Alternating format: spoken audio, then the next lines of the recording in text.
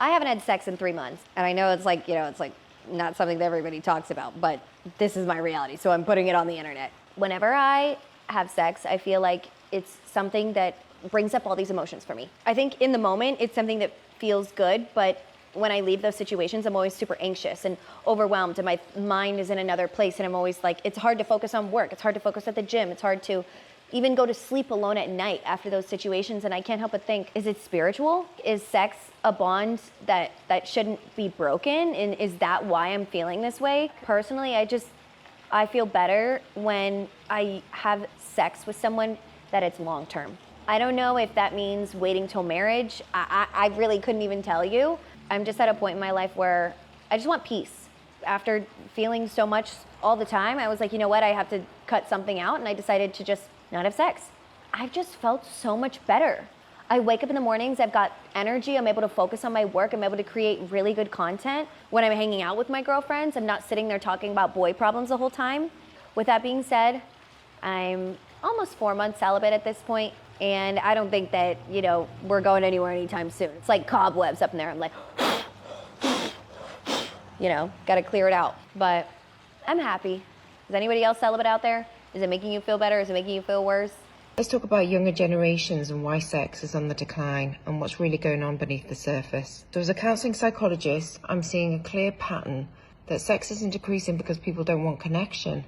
It's declining because connection has become harder to access. And this could be due to a number of reasons. So anxiety, depression, burnout, stress, all these things are on the increase, which obviously affects your libido. Digital substitutes. People are using phones, gaming, porn as a low-risk substitute to real intimacy. Fear of vulnerability. Many people grow up with inconsistent relationships, perhaps parents divorced, what they've been modelled, and therefore they actually feel like forming that connection can be risky. Also economic pressures. People more than ever are worried about money, housing, jobs, and that also affects their ability to connect. And also there's cultural shifts. I think with the younger generation, people are more aware about consent and protection, which is not a bad thing, but can it be used as a defense? So declining sex isn't a crisis as the media would have it. I think it's not actually that we're in a sex recession, we're in an intimacy recession. So it's the ability to form deeper, safe connections that's important here, not necessarily about the sex. Among women 18 to 30, the share reporting 0 sexual partners in the last year hit an all-time high. That's not a headline built by men's rights forums. That's the government's own household survey, and it landed with the quiet thud of a car alarm nobody wants to acknowledge is theirs. And someone's got to talk about it, all right? I'm not scared. Low libido? Never heard of her. Dry spell?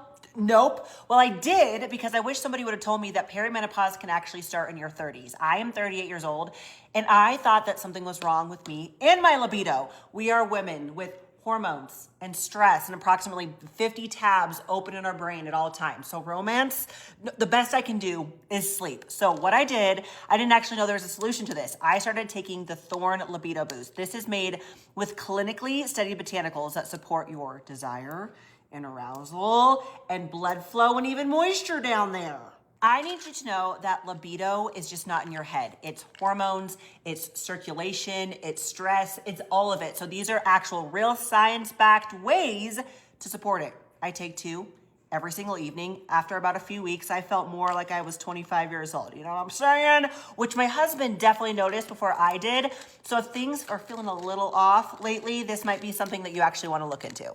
Why men stop chasing women. Now listen up and listen very carefully. Number 1, he got what he wanted way too soon, okay? And that goes with physical and that goes with emotional, okay? Maybe you said something, or maybe you gave him something, a part of you, okay? You know where I'm getting at. And he doesn't have any mystery anymore. He doesn't need to try anymore.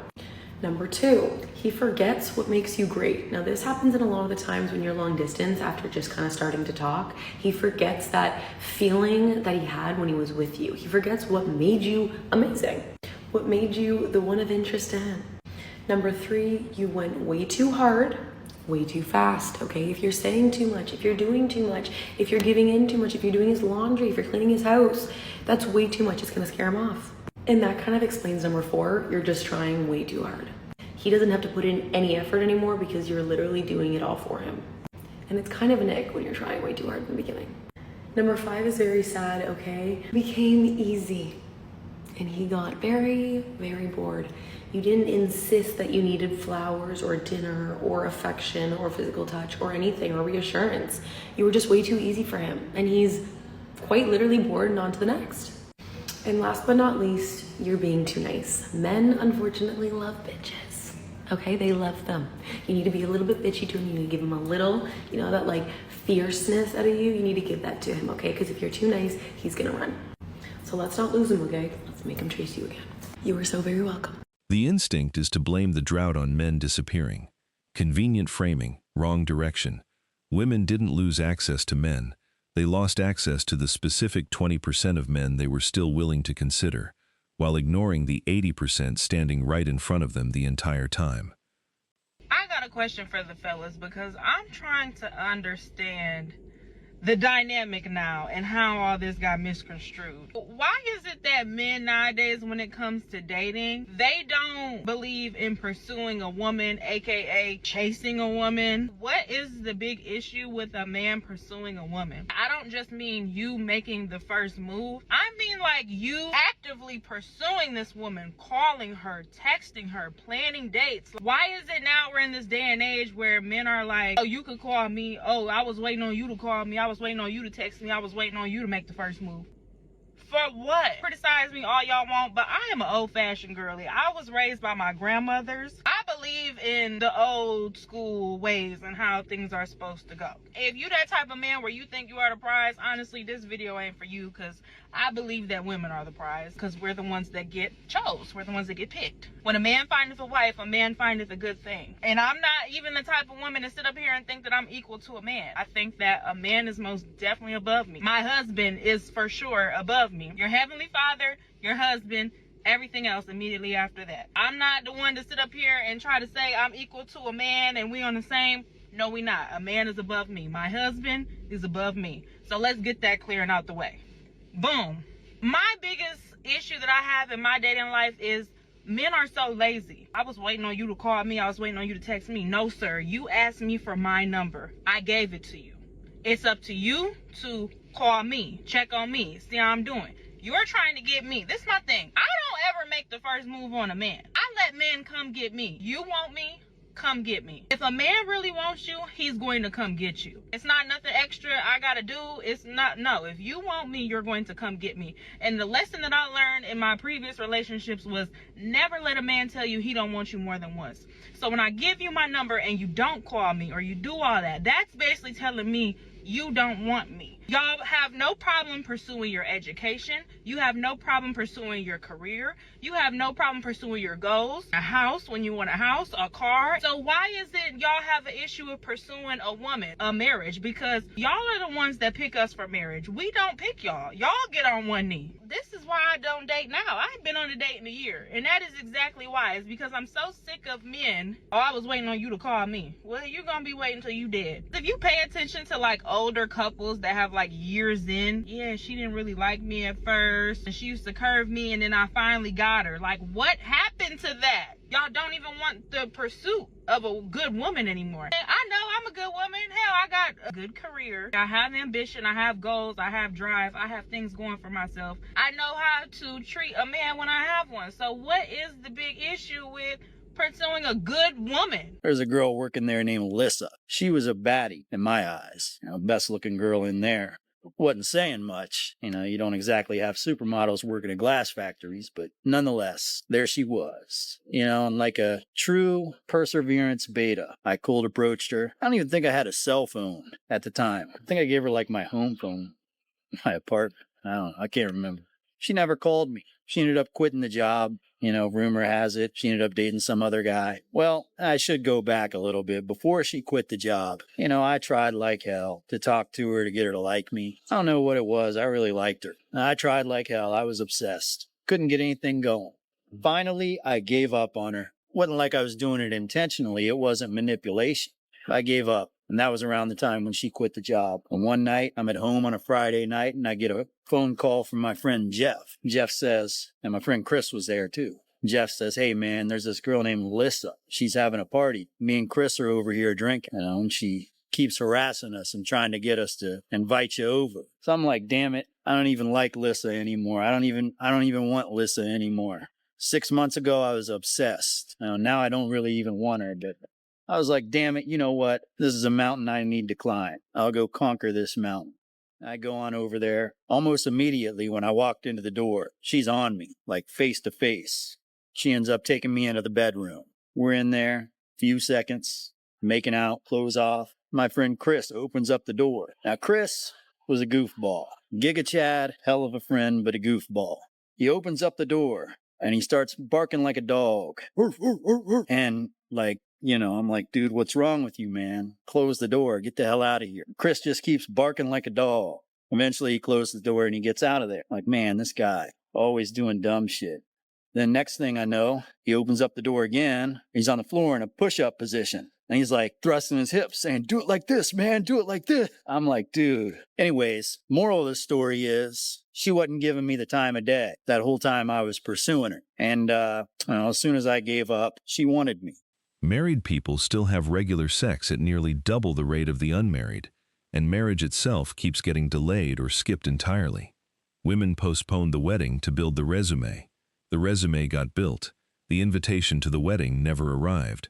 Great sex is one of the best things that you can experience, but why does that mean that for so many people, they're actually frustrated? Probably because on the flip side of its absence is how unpleasant that feels and how unwanted it feels. What is actual frustration? It is quite frankly the discontent or dissatisfaction with the actual life that some people feel they deserve versus what they feel they are experiencing. So what they want versus what they are actually getting. And this frustration can happen in many different ways for many different people. It can happen in terms of quantity, so the amount of times people are getting it, the type of actual frustration, if somebody's having an O and the other person is not, lack of O's at all, frequency, lack of arousal, boredom, feeling just stuck and in like a monotonous position or even routine. Physical limitations with your sex life. And if you feel like it's getting to the point where it's causing either frequent mood changes or even so close to the point where it's causing depression,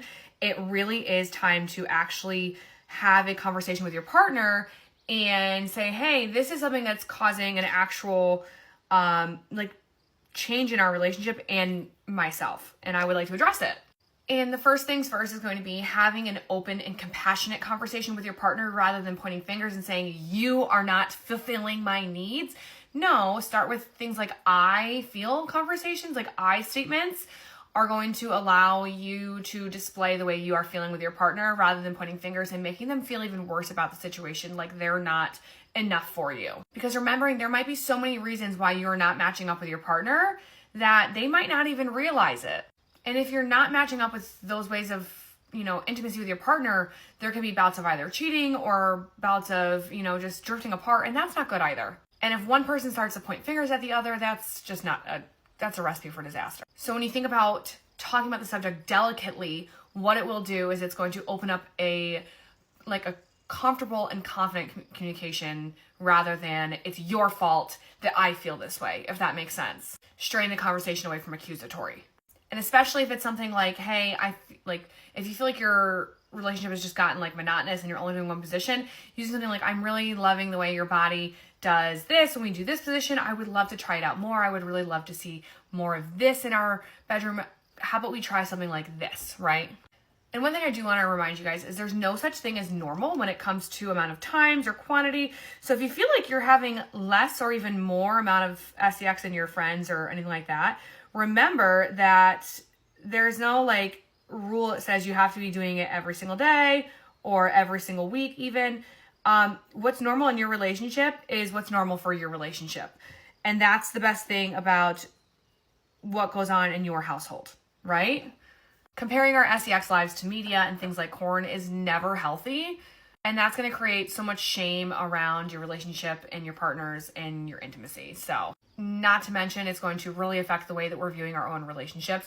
And that's why it tends to be a lot of the times we're not doing it enough. We're not doing it enough. We need to keep up. We need to keep up with the Joneses who are on the rom-coms or things like that because they're doing it every single day. A lot of the times that's not feasible. And it puts more pressure on one partner than the other. So how can we fit it in with our schedules and make the times that we're doing it count better.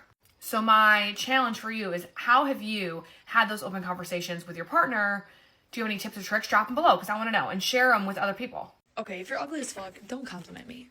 Like, the 1 out of 10 complimenting someone literally means nothing. Of course you think someone's good looking. Like, bro, like, if you're good looking and then you compliment me, then it's a compliment. Listen here, bitch. You better be accepting compliments from anybody and everybody. Not just because with makeup and filters that you're a 4 or 5 at best, but because your fucking attitude makes you ugly the second you open your mouth. And more importantly is how ugly your soul is. You are an ugly woman. Anything that you do have in the looks department is completely obliterated the minute people hear you talk and hear that entitled, snotty ass personality. And I've seen other creators respond to this video and they've been way too damn soft. Fuck that. She does not deserve the soft response. And I don't care if this offends her. I hope it does. I hope it shatters her inflated ego that she's built off of social media validation and dudes that only want to fuck. Because she doesn't deserve compliments acting like this. And this goes way beyond vanity. This is exactly what happens when average women get attention from attractive men who never actually gave a shit about them. And the craziest thing is, the most attractive women in the world, take your pick, they don't even act like this. They take compliments and appreciate them. And they're definitely not online making videos bragging about humiliating men for giving compliments like that's a good thing or it should be normalized. They know that real confidence doesn't need to scream for validation every 5 fucking minutes. And this right here is one of the reasons why men don't approach anymore. Because guys don't know if they're walking up to a normal woman who's going to be receptive or some average looking chick with psychotic levels of overinflated self-worth who's about to publicly shame them for even existing. See, compliments are not dependent on how attractive the person giving them is. And if someone respectfully says, "You're beautiful," that should not trigger your ego because the guy wasn't tall enough, hot enough, rich enough, or whatever delusional checklist that social media has programmed into your brain. And maybe this video is rage bait, but I don't care because this attitude is real. Women everywhere now have completely warped senses of self-worth built off of DMs, dating apps, and dudes offering attention for sex. And now that attitude, that attention, that's confused with actual value. The hard truth, social media does not define your value. How many likes you have on a dating app does not define your value. Your ability to get flown across the country so some dude can sleep with you does not define your value either. That defines access. That defines attention and sexual availability. And when you equate that to your value, it shows your lack of character and class. And this illustrates the bigger problem feminism created. Women were told, "You're more than your bodies," while simultaneously being taught to base their entire self-worth on sexual attention, validation, followers, body exposure, and online desirability. And you know what? I get compliments out in the wild from time to time. Not every one of them is from someone I find attractive, and that's fine. It's not hurting me. And they're taking time to give me a compliment. And even if I don't find them attractive, I always try to find a way to not only say thanks, but give a compliment in return. "I like your smile, you have nice eyes, great hair," whatever. Because being a decent human should be the bare minimum. So yeah, in conclusion, fuck this bitch and fuck anybody else that thinks like this. Everyone else, have a great Friday. Man, the whole internet got these women brain damaged. I need to go back into the gym after. Starvation isn't a metaphor here, it's withdrawal. Years of validation on tap, likes and DMs, and constant low-grade attention cut off the moment men decided the tap wasn't worth running anymore. The body doesn't know the difference between romantic starvation and any other kind.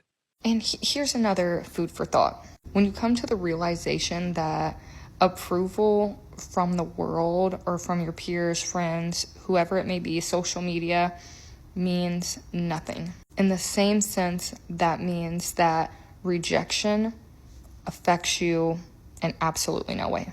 When you are confident and living your truest self and you are genuinely happy with who you are, the choices you make, the people you surround yourself with, everything else is just noise.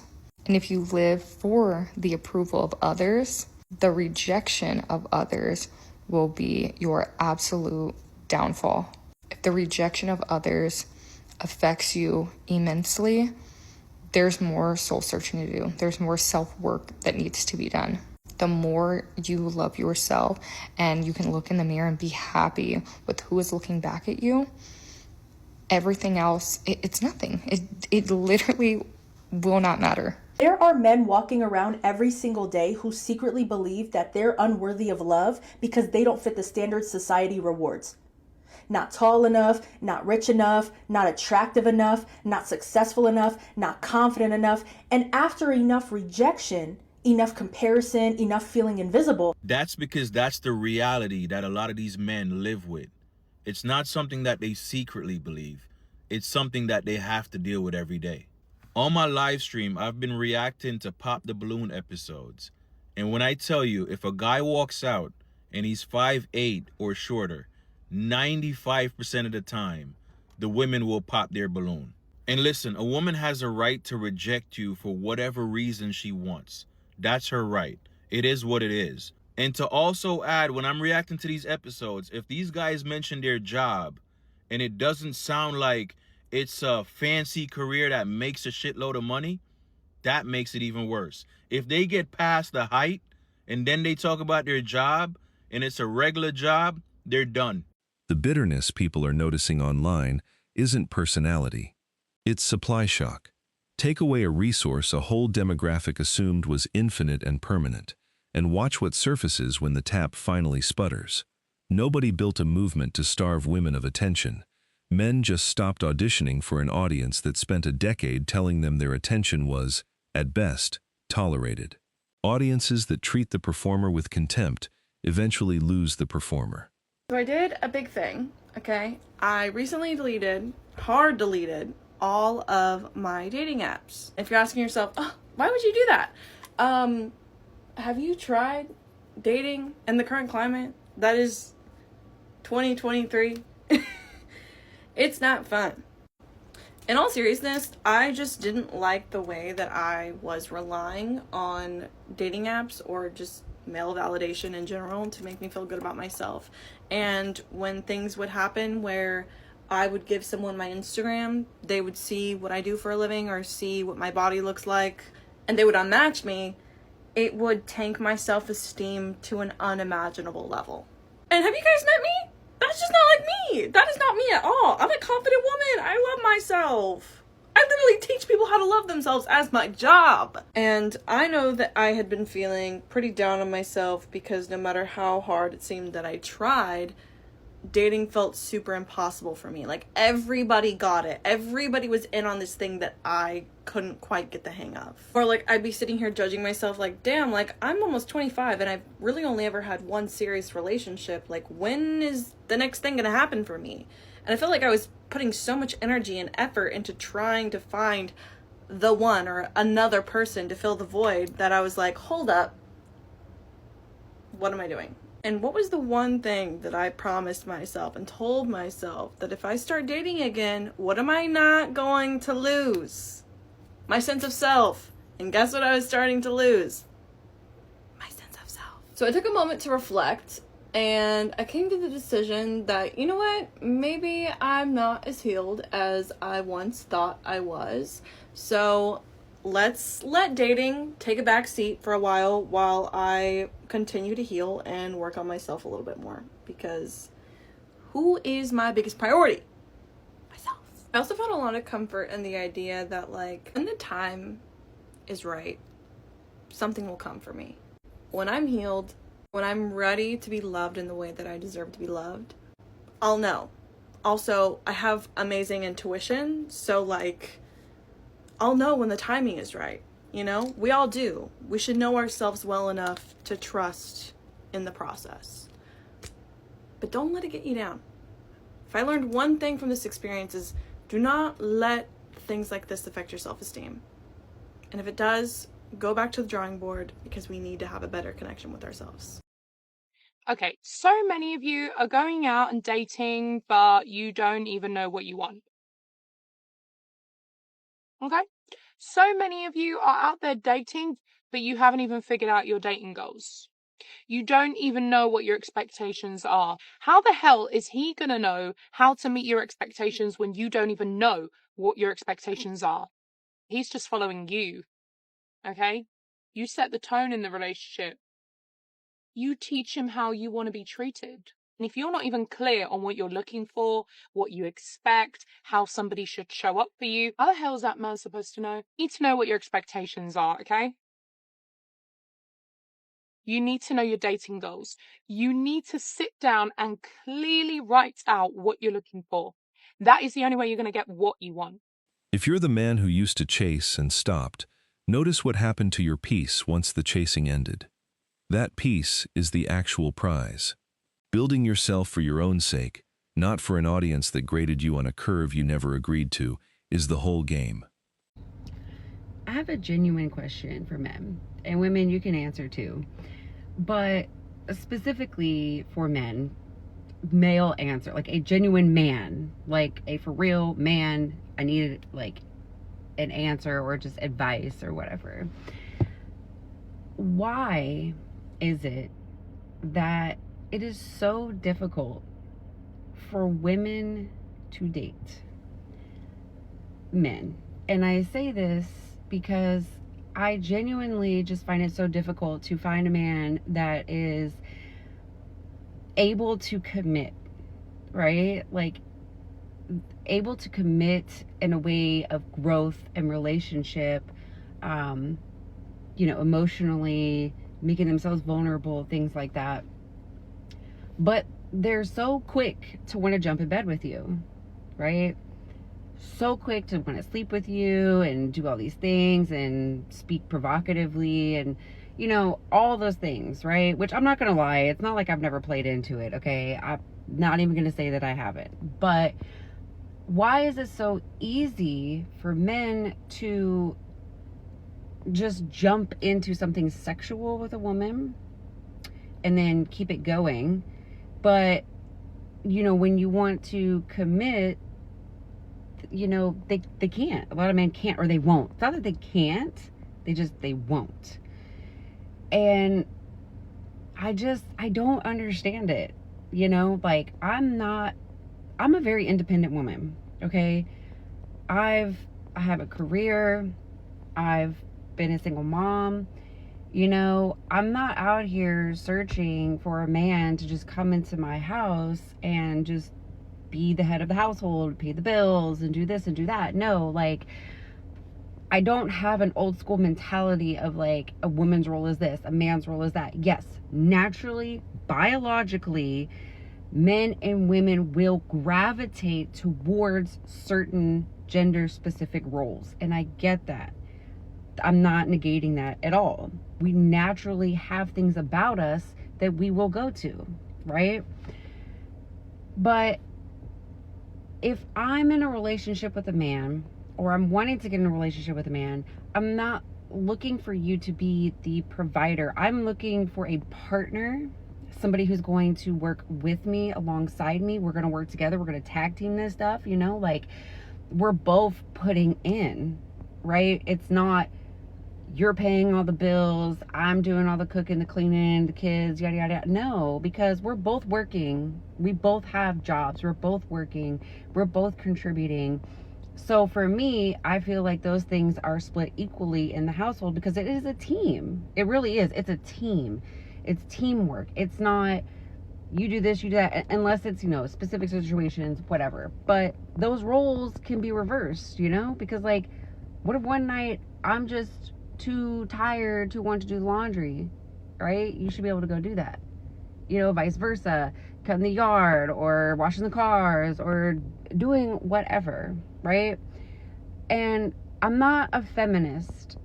I do try to be a feminine woman, but I also tend to have a little bit of, I don't want to say tomboy, but like aggressiveness towards me, about me, right? And I just don't understand why it's so difficult for men to commit to a relationship, right? To be in a relationship, not the whole, oh, we'll be together, but we're not going to have titles, relationship stuff, right? But you could entertain sexual activity and it's not a problem, right? And then I had a comment one time where I, told somebody like I did not want to, entertain having a sexual relationship with them. I wanted to get to know them. And it turned into I was punishing him because of men from my past. No, I'm not punishing you because of the men in my past. I'm setting a new boundary, a new standard for myself because what I've done before didn't work. Okay. Younger me thought that sex equaled love. Okay. Younger me. And that's from traumas that I experienced as a child, a teenager, a young adult. Okay. So it manipulated my mind a lot to think that sex was love, right? I've since grown. I'm 38 years old. I understand that sex is not love, but sex is intimate. Sex is very intimate, right? I understand that, yes, there are times when you can have sex without emotion, but it's still intimate, right? It's still two people, their bodies are intertwining, all the things, right? You're sharing a part of you with somebody else, right? So why is it that, like, I just don't understand it. I feel like I have so much to offer the right man. I really do. But it's like the little things that I ask for seem to be so much. Like, I'm not asking you to build me a house with your bare hands. I'm not asking you to, buy me, luxury things. Or even it's the little things. And I'm coming to find that a lot of men would rather be asked to do these big things than to do just the little things. It's like the little things is what they don't want. And I try. I change the type of men that I've dated, personality wise and everything, and it always just seems that they all end up the same way. All of them have some kind of mommy issues, and I say mommy issues, but have had troubles from their childhood, from their mothers or whatever, or traumas from when they were younger, from maybe SAs that happened to them. I don't really know, but it's like men come with a lot of issues and complications and things themselves these days that they have not worked through. And me, I've worked through a lot of things in my life, and it's not that I'm trying to change a man, but if I can help you grow and maybe overcome something, I feel like that's, be supportive and, do those kind of things. I feel like that's what, I should do. It's not, I'm trying to change you. I'm just trying to help you, which helps us, which helps me. Then I can understand you, you can understand me. And then the give and take is a lot easier. Our communication will be so much easier. And I don't get it. I'm 38 years old. I have 4 kids. I guess I have a career. I own my own house. I own my own cars. Everything I have, I've gotten on my own. On my own. By myself. Everything I've gotten, all the situations I've put in myself and got myself out of, I've done that. And I've always wondered what it would be like to go through happiness or a struggle or just life in general with a partner. And it just seems at this point in my life, I'm not saying my life is over, I'm only 38, but at the same time, it just gets so emotionally draining. It's emotionally draining, it's mentally draining, it's physically draining to just continue to put yourself out there and try to find the right person.